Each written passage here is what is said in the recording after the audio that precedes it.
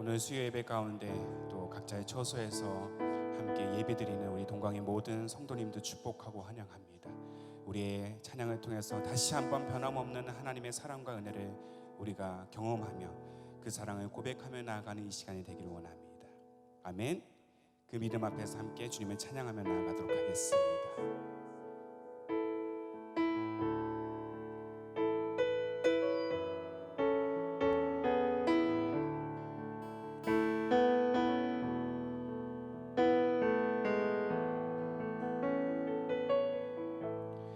시작됐네 우리 주님의 능력이 나의 삶을 다스리고 새롭게 하네. 자유하네. 죄와 사망으로부터 나의 삶은 변하구나. 충만하네. 우리의 마음을 모아 다시 한번 시작됐네. 시작됐네. 우리 주님의 능력이 나의 삶을 다스리고 새롭게 하네. 주님 안에서 자유하네. 죄와 사망으로부터 나의 삶은 변하구나. 충만하네. 은혜로다. 주의 은혜 한량 없는 주의 은혜 은혜로다. 주의 은혜 변함없는 신실하신 주의 은혜.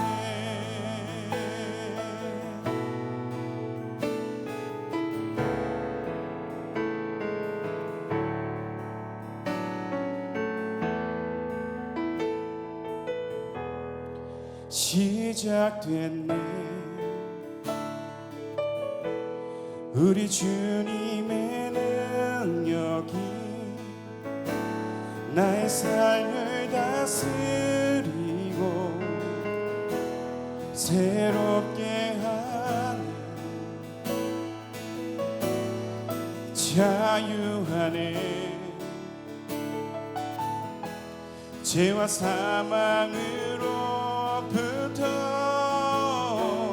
나의 삶은 변하구나. 충만하네. 은혜로다. 주의 은혜 한량 없으신 한량 없는 주의 은혜 은혜로다. 주의 은혜 변함없는 신실하신 주의 은혜. 주님의 바라보시면서 은혜로다. 은혜로다. 주의 은혜 한량 없는 주의 은혜 은혜로다. 주의 은혜 변함없는 신실하신 주의 은혜. 다시 한번 마지막으로 주님 앞에 은혜로다, 은혜로다. 주의 은혜 한량없는 주의 은혜, 은혜로다. 주의 은혜 변함없는 신실하신 주의 은혜. 6월절 어린 양의 피로 나의 삶의 문이 열렸네. 저 어둠의 권세는 이미 없네. 주 보혈의 능력으로 원수가 날 정죄할 때에도 난 의롭게 설 수 있네. 난 더 이상 정죄함 없네. 난 주 보혈 아래 있네. 선포합시다. 난 주 보혈 아래 있네. 그 피로 내 제사했네. 하나님의 긍휼 날 거룩해 하시었네. 난 주 보혈 아래 있네. 나 원수의 어떠한 공격에도 더 이상 넘어지지 않네. 난 주 보혈 아래 있네. 6월절 어린 양의 피로 나의 삶의 문이 열렸네. 저 어둠의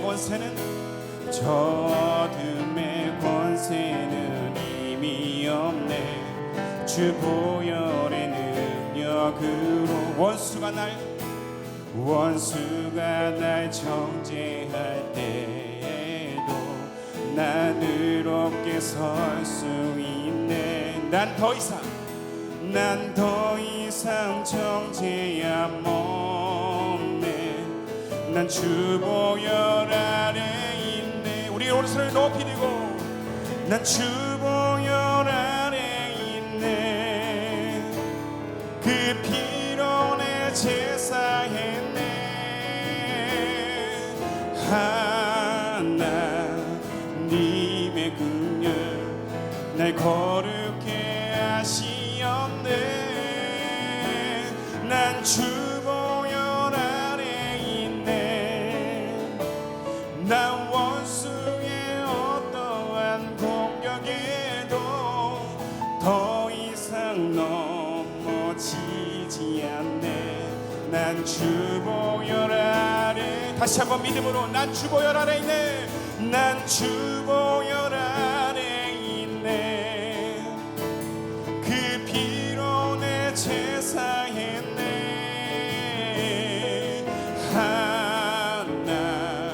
하나님의 긍휼 날 거룩해 하시었네.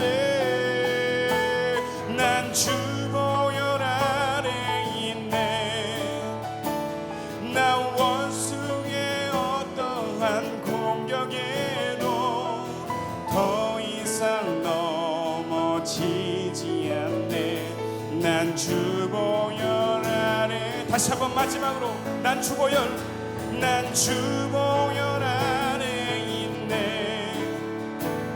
그 피로 내 제사했네.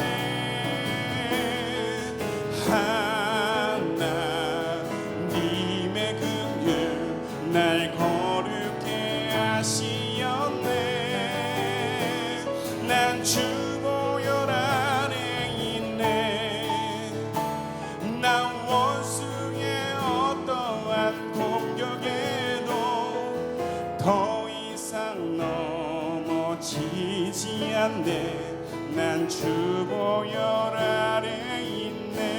난 주보혈 아래 있네. 난 주보혈 아래 있네. 난 주보혈 아래 있네.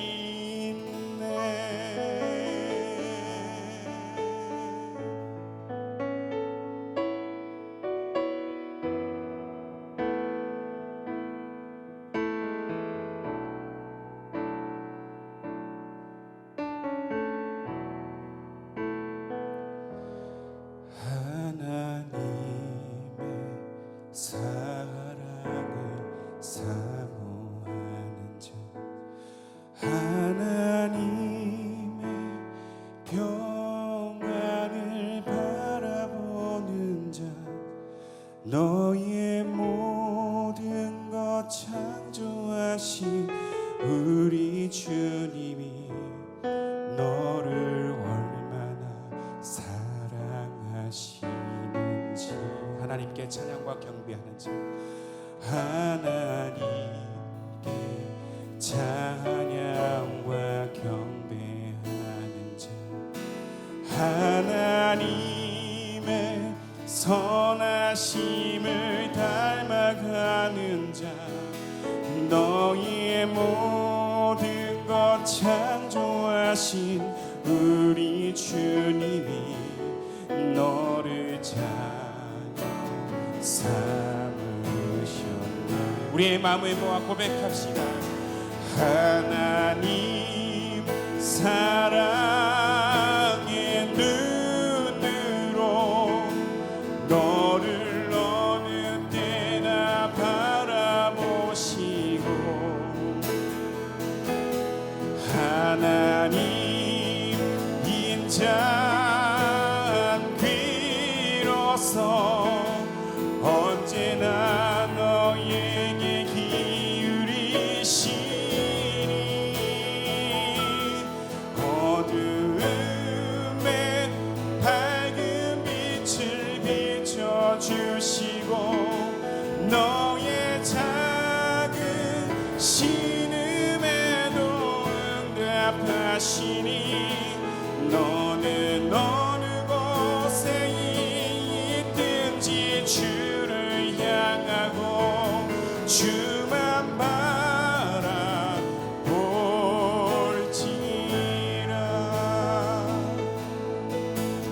우리 두 손을 가슴에 대고 다시 한번 믿음으로 고백합시다. 하나님의 사랑을 사모하는 자, 하나님의 평안을 바라보는 자, 너의 모든 것 창조하신 우리 주님이 너를 얼마나 사랑하시는지 우리의 마음을 모아 하나님께 찬양과 경배하는 자,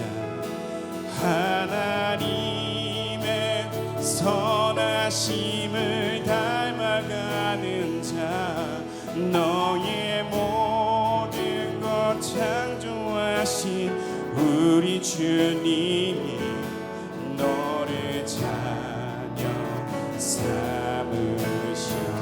우리 두 손을 높이 들고 하나님 사랑의 눈으로 너를 어느 때나 바라보시고, 하나님 인자한 귀로서 언제나 너에게 기울이시니, 아멘. 어두움에 밝은 빛을 비춰주시고, 너의 작은 신음에도 응답하시니, 너는 어느 곳에 있든지 주를 향하고 주만 바라보지. 다시 한번 전심으로 하나님 사랑의 눈으로, 하나님 사랑의 눈으로 너를 어느 때나 바라보시고 하나님 인자한 귀로서 언제나 너에게 기울이시니 어떤 상황 속에서 어두움에 밝은 빛을 비춰주시고 너의 작은 신음에도 응답하시니 너는 어느 곳에 있든지 주를 향하고 주만 바라보지 내 영혼이 확정되고 확정되었사오니 내 영혼이 확정되고 확정되었사오니 믿음의 눈 들어 주를 바라봅니다. 내 영혼이 확정되고 확정되었사오니 믿음의 눈 들어 주를 바라보 다시 한번 두 손을 높이 들고 전심으로 내 영혼이 확정되고 내 영혼이 확정되고 확정되었사오니 믿음의 눈 들어 주를 바라봅니다. 내 영혼이 확정되고 확정되었사오니 믿음의 눈 들어 주를 바라봅니다.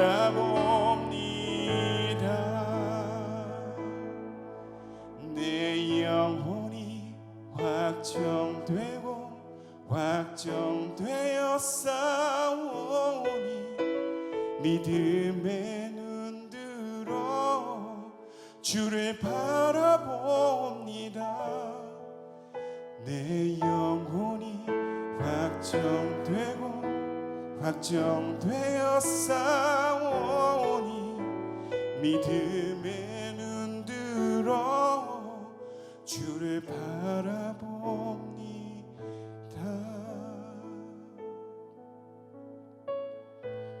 그렇습니다. 주님, 내 영혼이 확정되고 확정되었사오니 내가 주님을 노래하고 주님을 찬송하리이다. 시편 기자의 고백처럼 하나님 앞에 이 시간 우리의 마음을 모아 우리의 믿음의 확신을 가지고 주님의 역사하심을 구하며 나아가는 우리의 예배가 될 수 있도록 주님 인도하여 주시옵소서. 주의 말씀 가운데 주님 함께하여 주셔서 하나님의 그 은혜를 우리가 사모하며 나아가는 우리의 심령이 되게 해달라고, 말씀을 전하시는 우리 황치윤 목사님 가운데 성령의 기름 부으심이 넘치도록 주님 인도해 달라고, 우리 주님을 다시 한번 바라보시면서 주여 한번 외치며 이 시간 통성으로 기도하며 나아가도록 하겠습니다. 주여, 살아계신 주님, 주님의 은혜를 이 시간 다시 한번 사모하며 나아갑니다. 하나님, 한량 없는 그 은혜를 이 시간 구하며 나아가오니 주님 그 은혜를 내게 부어주시고 하나님의 역사하심 앞에 내 영혼이 섰사오니 주님 그 하나님의 모든 임재 가운데 주님 이 시간 구하며 나아갈 때 하나님 선하신 응답이 일어날 수 있도록 주님 인도하여 주시옵소서. 주의 말씀 가운데 주님 역사하여 주시고 하나님의 말씀을 전하시는 황치윤 목사님 기름 부어 주셔서 하나님 생명의 말씀, 복음의 말씀을 통해서 다시 한번 우리가 새 소망을 얻고 그 말씀 앞에 우리가 순종하며 나아가겠노라고 고백하는 오늘 이 수요에 이 시간 깊은 밤이 될 수 있도록 주님 우리의 발걸음을 인도하여 주시고 주님 우리의 삶을 인도하여 주시고 우리의 가정 가운데 우리의 예배 가운데 주님 함께하여 주시옵소서. 주님만의 이 시간 구하며 나아갑니다.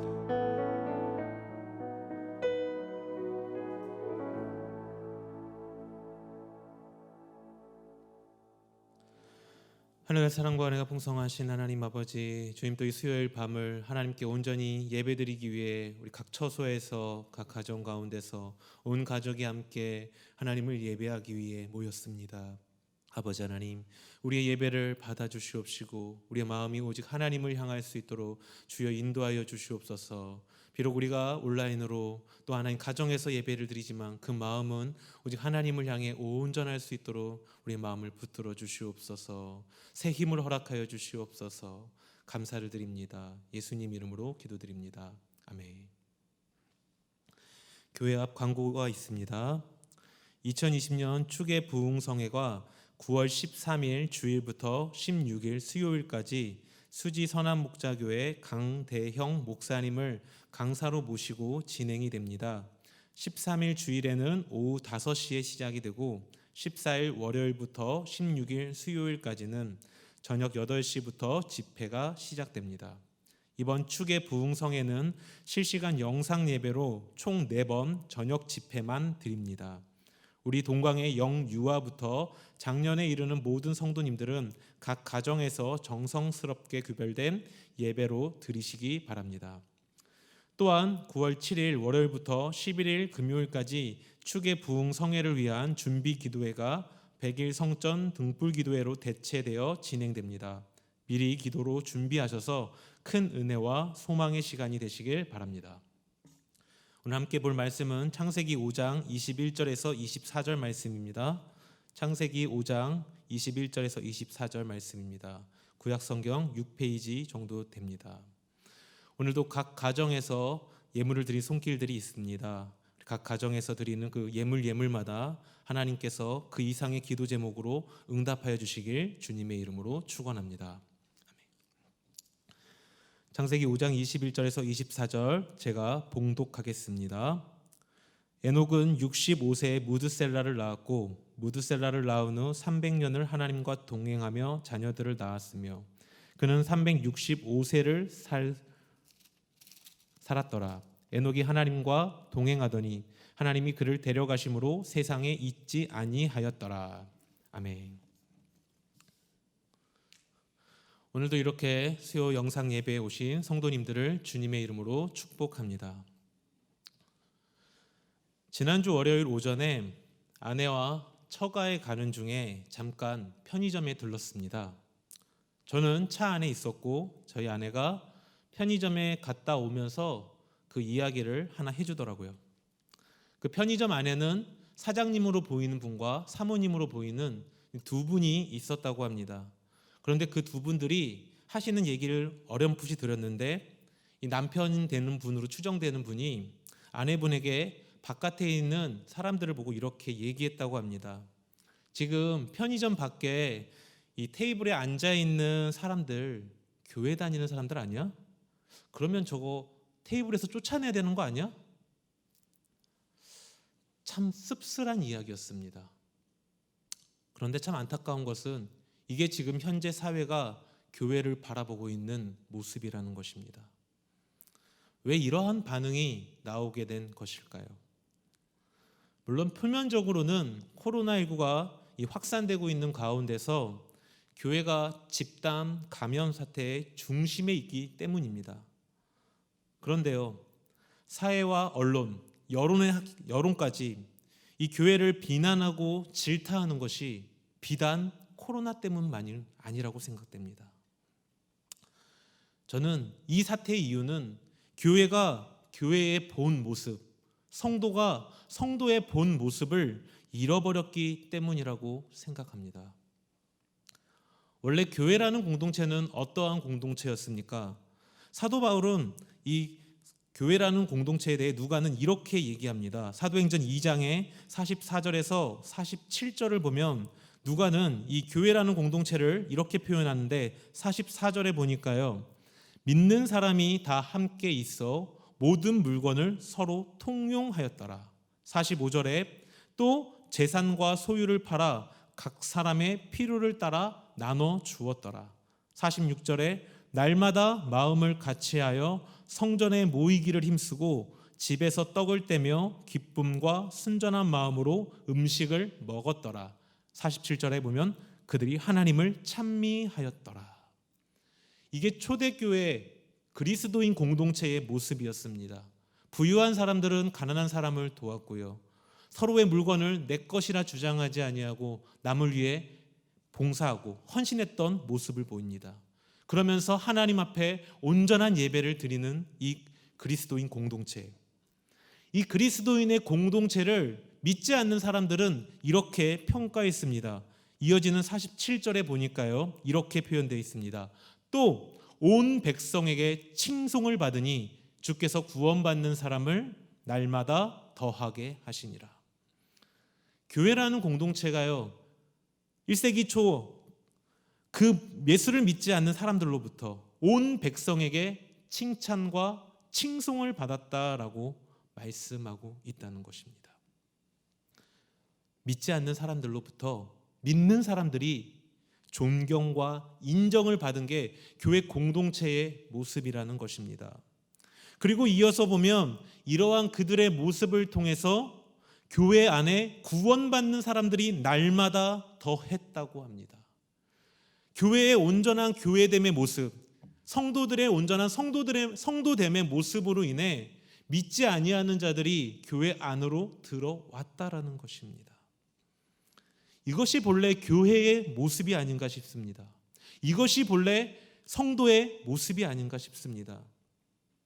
그리고 이 모습은요, 우리 대한민국 초대교회에도 동일하게 영향을 끼쳤다라는 것입니다. 한국 초대교회들 1884년 첫 복음이 들어와서부터 지금 이때까지 한국교회의 초기 모습은 이러한 초대교회 모습과 별반 다르지 않았습니다. 선교사들이 들어와 가난한 사람들을 도왔고 귀신 들린 사람들을 복음으로 쫓아냈고 그들의 형편을 돌아봤으며 그들의 목숨을 바쳐서 가면서도 그들의 안위를 위해서 애썼던 선교사님들의 모습, 사람들의 핍박과 멸시를 받았지만 그 과정에서도 예수를 증거하고 예수 앞에서 거룩한 인생을 살았던 초대교회, 한국교회 선교사님들과 목사님들, 이게 바로 본래 교회의 표지이자 그리스도인의 모습이 아닌가 싶습니다. 세상과는 구별된 교회, 세상과는 구별된 그리스도인, 이것이 교회의 모습이 아닙니까? 즉 세상 사람들은 이러한 교회의 모습을, 이러한 성도들의 모습을 원한다라는 것입니다. 그런데 한국교회가 이러한 세상의 기대를 저버리고 있는 것입니다. 사회면에서나 볼 법한 일들이 교회 안에서 너무 비일비재하게 자행되고 있습니다. 돈의 문제, 다툼의 문제, 권력과 세습의 문제, 성적인 문제, 그 외에도 정말 너무나도 부끄러운 일들이 교회 안에서 이슈화되고 그로 인해 언론을 통해서 우리가 보도되는 것을 볼 수 있다는 것입니다. 결국 교회는 사회가 요구하는 그 기대감을 저버림으로 인해 사람들은 교회에 대한 좌절과 실망감이 쌓였던 것이고, 그리고 이 코로나 사태로 절정에 이르러 폭발해 버리게 된 것이라고 봅니다. 즉 지금의 교회의 부정적인 언론과 여론들은 코로나 때문만이 아니라 이 시대가, 우리가 그리스도인이, 그리고 한국의 교회가 그 거룩함을 잃어버린 채 사회의 본이 되는 모습을 보이지 못했기 때문이라는 것입니다. 그로 인해 지금 한국 교회는 굉장히 큰 위기에 처해 있습니다. 이러한 위기의 상황을 과연 우리는 어떻게 해결해야만 할 것일까요? 교회의 핍박, 성도들을 향한 외부인들의 질타, 이 어려운 시기에 과연 그리스도인들은 이 그리스도를 그리스도께 어떻게 드러내야만 하는 것일까요? 저는 오늘 이 본문을 통해서, 이 에녹의 삶을 통해서 이 질문에 대한 답을 얻고자 합니다. 오늘 본문에 등장하는 이 에녹이라는 사람이 살았던 그 시대의 환경은 지금 우리가 살고 있는 이 시대보다 조금 더 처절하고 끔찍한 상황 가운데 있었음을 알 수 있습니다. 창세기의 족보를 보면 장이 넘어갈수록 그 이스라엘 백성들의 죄가 점점 확장되고 있는 것을 볼 수 있습니다. 2장에서는 아담과 하와의 부부의 범죄가 나타납니다. 그리고 3장에서는 가인과 아벨의 형제간의 살인사건으로 그 죄가 확대되기 시작하죠. 그리고 4장에 가서 라멕을 보면 창세기 4장 23절에 이렇게 되어 있습니다. 라멕의 아내들이여 내 말을 들으라. 나의 상처로 말미암아 내가 사람을 죽였고 나의 상함으로 말미암아 소년을 죽였도다. 라멕이 자신이 상처를 입자 사람을 죽였고 자신이 상함을 당하자 그 소년을 죽였다라고 말합니다. 즉 라멕은 자신의 힘을 과시하며 타인의 생명을 경시하는 태도를 보이고 있다라는 것입니다. 이러한 죄악의 모습이 창세기 6장에 가서 절정에 이르게 됩니다. 창세기 6장 2절, 하나님의 아들들이 사람의 딸들의 아름다움을 보고 자기들이 좋아하는 모든 여자를 아내로 삼는지라. 여기서 하나님의 아들과 사람의 딸에 대한 해석은 다양하게 있습니다. 그러나 저는 이 하나님의 아들을 하나님께서 죽은 아벨 대신에 주셨던 메시아의 후손, 메시아의 조상 셋의 가문이라고 생각을 합니다. 하나님의 아들들은 이 셋의 후손을 의미하고 사람의 딸들은 가인의 딸들, 가인의 후손을 의미한다는 것입니다.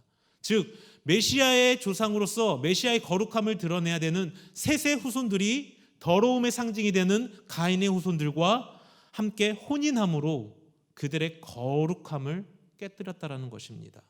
그리고 그들도 구별되지 아니하고 가인의 후손들처럼 죄악 가운데 머무르게 되었다라는 것입니다. 이에 하나님께서는 5절과 6절에 그 시대를 보고 이렇게 한탄하십니다.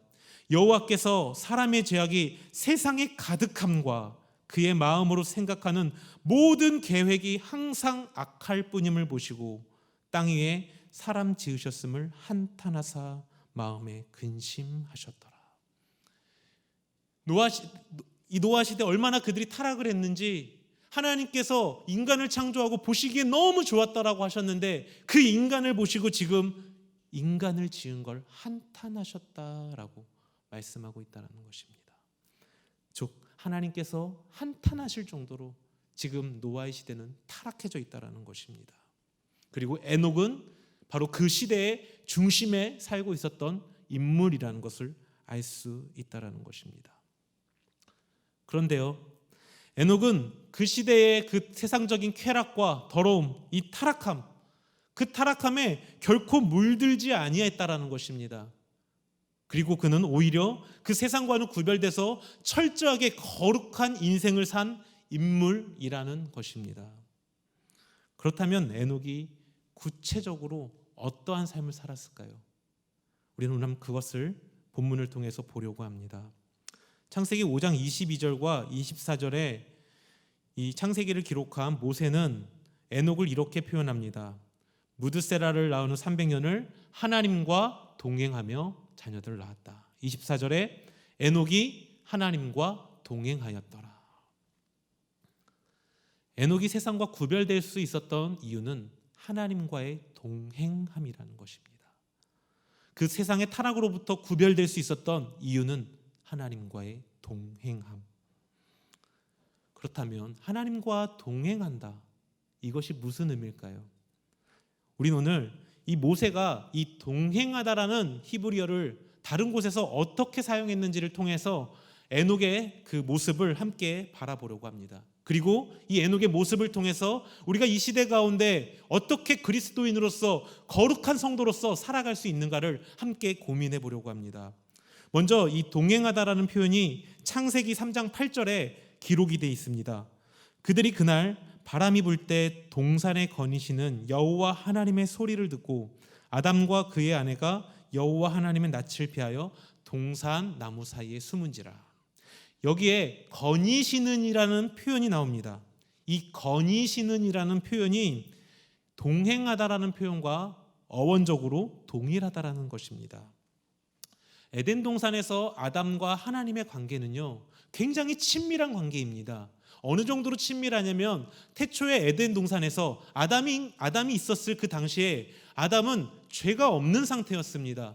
그래서 하나님과 직접 대면하여 대화를 하고 아주 긴밀한 친밀함이 있었다라는 것입니다. 그 친밀함을 이 모세가 기록하기 위해서 거니시는이라는 표현을 한 것입니다. 하나님이 아담과 함께 동행한다, 거니시다. 그만큼 죄가 없어서 하나님과 친밀한 관계를 유지하고 있는 상태가 오늘 본문의 아담의 상태인데, 그 아담에게 사용했던, 하나님과 죄 없는 아담이 함께 동행하고 거닐었던 그 단어를 오늘 노아에게 그대로, 이 에녹에게 그대로 사용하고 있다는 것입니다. 결국 이 말은 에녹이 비록 죄인으로 태어났습니다.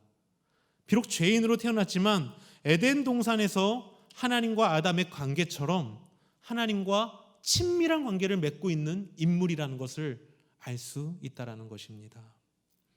사랑하는 성도 여러분들, 믿음의 자녀들은 하나님과의 친밀함, 이것이 필요하다는 것입니다. 하나님께서 수많은 사람들 중에 우리를 하나님의 자녀로 부르신 이유가 무엇입니까? 바로 하나님께서 우리와 깊은 친밀감을 갖기 위함이라는 것입니다. 그 아들 예수 그리스도를 이 땅에 보내셔 십자가에서 죽이신 이유가 무엇입니까? 나와 친밀하기 위해서, 나와 함께 동행하기 위해서 바로 하나님께서는 그 아들을 보내신 것입니다. 아담은요, 하나님께서 명령하신 선악을 알게 하는 나무를 따먹게 되죠. 원칙대로 하면 하나님께서는 아담을 즉결 심판하셔야 했습니다. 왜죠? 따먹으면 죽으리라. 따먹었잖아요. 죽어야 되는 게 정상입니다. 그런데요, 하나님께서는요, 그 하나님의 행보를 보면은 아담이 그 범죄를 했음에도 불구하고 바로 심판을 하지 않는다라는 것입니다. 그리고 뭐라고 얘기하시느냐? 아담에게 찾아와 이렇게 얘기하십니다. 창세기 3장 9절에 여호와 하나님이 아담을 부르시며 그에게 이르시되 내가 어디 있느냐? 11절에 내가 내게 먹지 말라 명한 그 나무 열매를 내가 먹었느냐? 하나님께서 오늘 아담에게 이렇게 질문을 하신 이유가 무엇이겠습니까? 하나님께서 아담의 범죄를 몰라서 아담에게 묻고 있는 것일까요? 아니죠. 하나님께서는 알고 계시죠. 그렇다면 왜 아담에게 내가 어디 있느냐, 내가 그 열매를 먹었느냐 라는 질문을 하신 것일까요? 다른 것이 아닙니다. 아담이 자신의 죄를 깨닫고 하나님께로 돌아오기를 바라셨던 것입니다. 그가 자신의 죄를, 자신의 부족함을 깨닫고 그 선악을 알게 하는 나무를 따먹었다라는 걸 하나님 앞에 무릎 꿇고 자복하고 회개하기를, 돌아오기를 하나님은 기다리셨던 것입니다. 그래서 물으신 것이죠. 돌아오라, 돌아오라. 사랑하는 성도 여러분들, 우리가 하나님과 동행하기를 원한다면, 하나님과 함께 에덴 동산을 거닐기를 원한다면 가장 먼저 우리에게 필요한 것은 이런 하나님과의 친밀한 관계가 회복이 돼야 하는 것입니다. 그리고 아담의 이야기를 통해서 보듯이 우리가 하나님과의 친밀함을 회복하기 위한 그 방법은 다시 하나님께로 회개의 자리로 돌아가야 한다는 것입니다. 지금 한국교회와 성도들이 욕을 먹는 이유가 무엇입니까? 우리의 변질됨과 그리스도인의 그리스도인답지 못한 모습들이 아닙니까? 그렇다면 우리는 우리 자신을 돌아봐야겠죠. 교회가 교회를 돌아봐야 될 것입니다. 성도들이 성도들 자신을 돌아봐야 할 것입니다. 그리고 무엇이 하나님으로부터 멀어져 있고 무엇이 하나님으로부터 떠나 있는지를 밝히 알고 그 문제를 놓고 하나님의 이 부르심, 회개의 부르심에 응답해서 각 처소에서, 교회에서 기도의 등불을 밝혀야 하는 것입니다. 하나님께서는 하나님의 자녀들이 이 회개를 통해서 다시 하나님 품으로 돌아오기를 바라신다는 것입니다.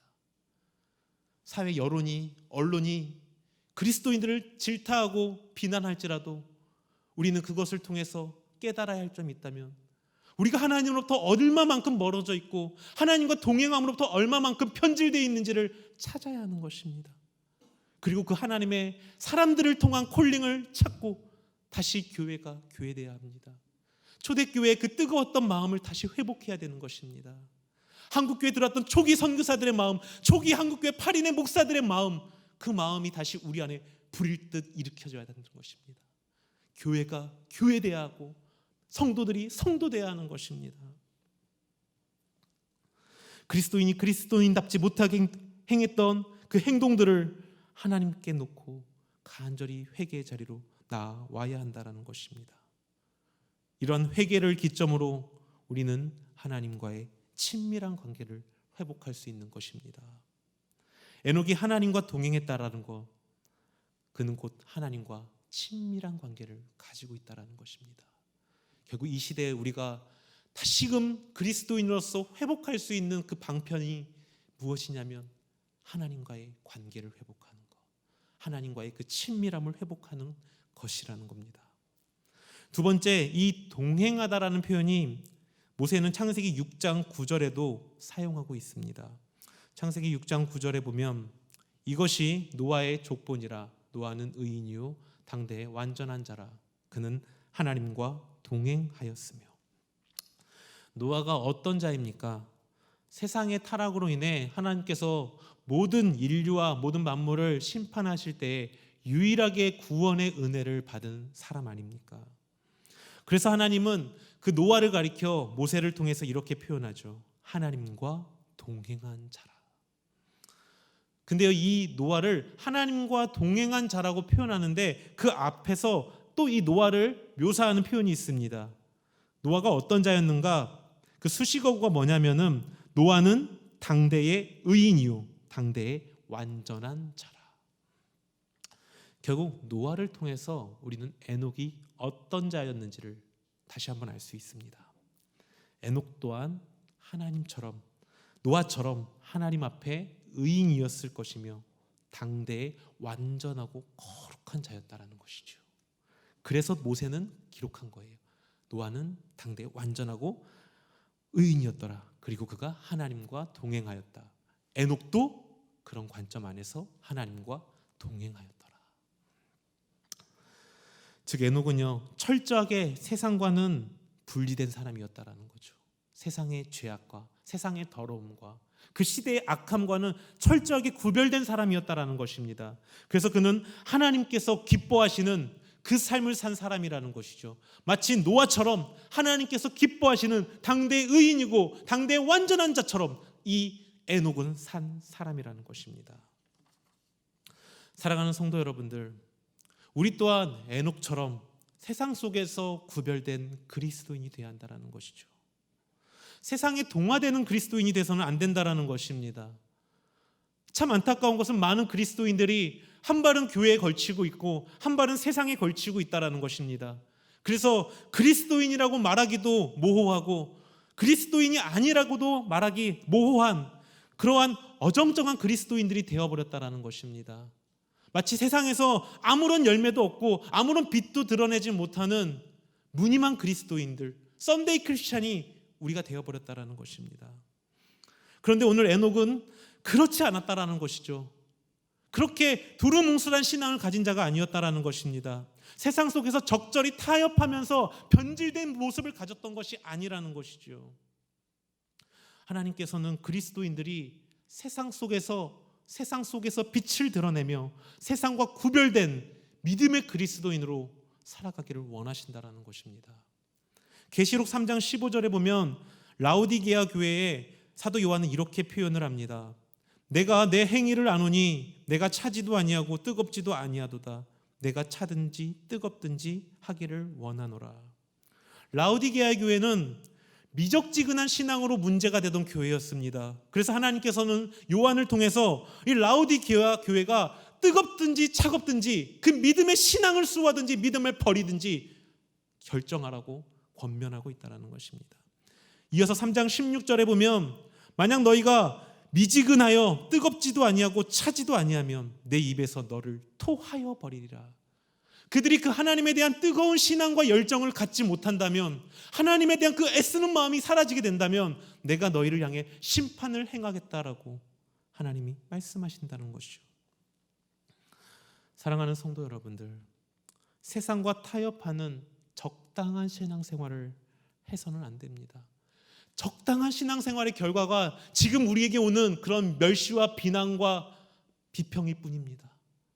사람들을 향해, 교회를 향해, 성도들을 향해 이러한 비난과 멸시가 바로 지금까지 우리의 모습이 적당한 신앙의 결과라는 거죠.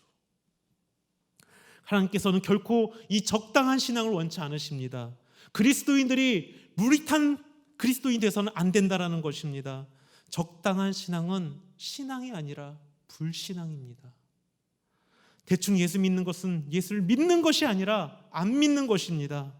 우리가 정말 하나님의 은혜를 사모하고 하나님의 그 은혜 안에 있는 사람이라고 한다면 우리는 우리 신앙이 세상 속에서 빛을 드러내는 그리스도인이 되어야 하는 것입니다. 세상에 동질되는 것이 아니라, 세상에 동화되는 것이 아니라 세상으로부터 구별되는 참된 그리스도인의 모습, 빛과 소금이 되는 그러한 그리스도인의 모습이 되어야 한다는 것입니다.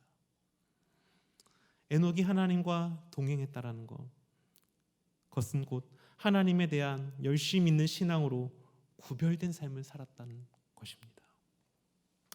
말씀을 마치겠습니다. 에녹은 하나님과 동행하는 삶을 삶으로 타락한 세상으로부터 동화되지 아니하고 구별된 인생을 살았습니다. 이러한 믿음의 삶을 살았던 에녹을 모세는 다음과 같이 기록합니다. 창세기 5장 24절에 보면 에녹이 하나님과 동행하더니 하나님이 그를 데려가심으로 세상에 있지 아니하더라. 즉 그는 최초로 죽지 않고 하나님 품으로 올라간 사람이 되었습니다. 에녹이 이러한 놀라운 은혜를 누리게 된 이유가 무엇입니까? 바로 하나님과 동행함으로 그가 이러한 은혜를 누리게 된 것입니다. 사랑하는 성도 여러분들, 현재 한국 교회와 그리스도인들은 큰 위기에 처해 있습니다. 이러한 위기의 상황을 극복할 길은 오늘 에녹처럼 하나님과 동행하는 그리스도인의 신앙이 회복돼야 합니다. 하나님과 동행하는 그 삶이 회복되면 지금의 평판은 곧 바뀌게 될 것입니다. 초대교회 사람들처럼 믿지 아니하는 사람들이 교회와 성도들을 보고 칭찬하고 갈망할 것입니다. 그렇다면 하나님과 동행하는 그리스도인은 어떠한 자들입니까? 첫째는 회개함을 통해서 하나님과 친밀한 관계를 회복해야 합니다. 가장 먼저 오늘 이 시간 우리 죄악의 문제를 놓고, 교회의 문제를 놓고, 이 더러움의 문제를 놓고 하나님께 회개함으로 나아옵시다. 세상 속에서 구별되지 못한 우리의 삶의 모습을 놓고 하나님께 간절히 회개하시기 바랍니다. 두 번째는 그 회개를 바탕으로 이제는 세상 속에서 정말 빛과 소금이 되는 구별된 삶을 살기를 다짐하는 우리 성도님들 되시길 주님의 이름으로 부탁드립니다. 우리 함께 기도하시겠습니다. 하나님, 우리 교회와 그리스도인들이 하나님 앞에 하나님과의 동행함을, 그것을 회복하게 해달라고 우리 함께 기도합시다. 더 나아가서는 우리의 죄악의 요소를 놓고, 교회의 죄악된 모습을 놓고 하나님께 회개합시다. 그리고 더 나아가서는 이 땅 가운데 우리가 세상에 구별되는 그리스도인으로서, 빛과 소금이 되는 그리스도인으로서 다시 세워질 수 있게 해달라고 기도합시다. 그리고 두 번째는 이제 하반기에 있을 우리 교회 축의 부흥성회를 위해서, 또 우리 교회를 위해서 함께 기도하시고, 또 질병으로 고통당하고 있는 성도님들을 위해서 기도하시고, 또 각자 가지고 있는 기도 제목을 놓고 기도하고 우리 함께 돌아가도록 하겠습니다. 우리 함께 주여 한번 외치고 함께 기도하시겠습니다. 주여. 할렐루야. 사랑하는 주님, 하나님을 바라보게 하시고 오직 아버지 하나님께서 인도하시는 그 교회를 나아갈 수 있게 도와주시옵소서. 아버지 하나님이시여 주님,